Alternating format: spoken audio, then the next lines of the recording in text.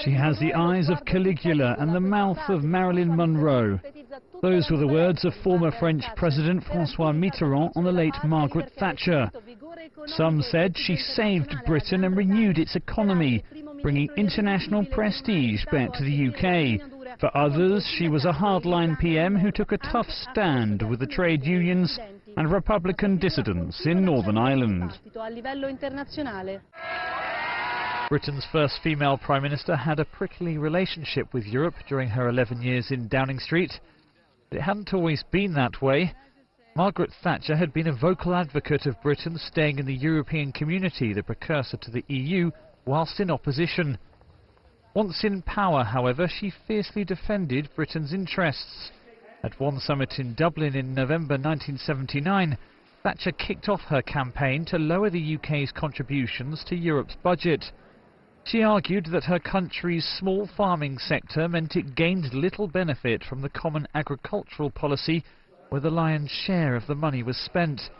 More than 4 years later, she succeeded in winning the infamous UK rebate, a source of much debate in Brussels even today. Whilst Thatcher supported the single market, she was opposed to closer political integration. She delivered a famous speech in the Belgian town of Bruges in which she railed against a European superstate exercising new dominance from Brussels. Her views on Europe would eventually be her downfall. In November 1990, the pro-European members of her cabinet ousted her, triggering a leadership contest. That divide over Europe still blights the Tories today.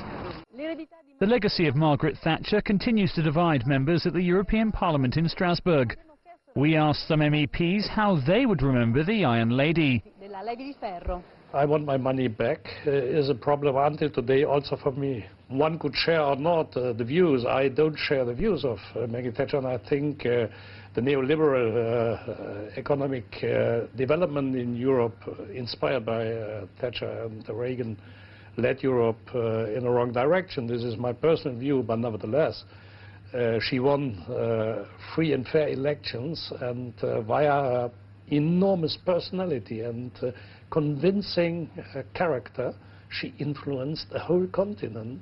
Margaret Thatcher said that she is able to do business with Gorbachev, and she understood that he's defreezing the communism in the Soviet Union. My nation, Poland, also owes a lot to Margaret Thatcher for the fight against communism. She was not by mistake called Iron Lady by a Russian newspaper. They understood what kind of a change in international politics she is doing through her rule and through her commitment to the values. She has profoundly, and that's her legacy, discredited what we call real socialism in post-Soviet or Soviet at the time bloc. So for us, she will remain an icon of free world and of commitment to the fight for freedom. She saved the nation. For the United Kingdom, the economy was in a real mess when she took over government. It was a mess that 3 previous governments had tried to resolve and failed, and yet she did. She took the basket case economy of Europe and turned it around into what was at that time quite a leading economy. That was a wonderful achievement. And in so doing, she inspired a whole generation of young people to believe in themselves and to believe that despite the fact that you were born into a poor family, you didn't have to be poor the whole of your life, that the world was full of opportunities. Her policies in Ireland have failed, and I think that that's what she will be remembered by. I remember her at the time of the hunger strike saying that they had played their last card. And she had said that the defeated cause, she talked about the cause, the Republican cause being over, and this being the last card that the hunger strikers were playing.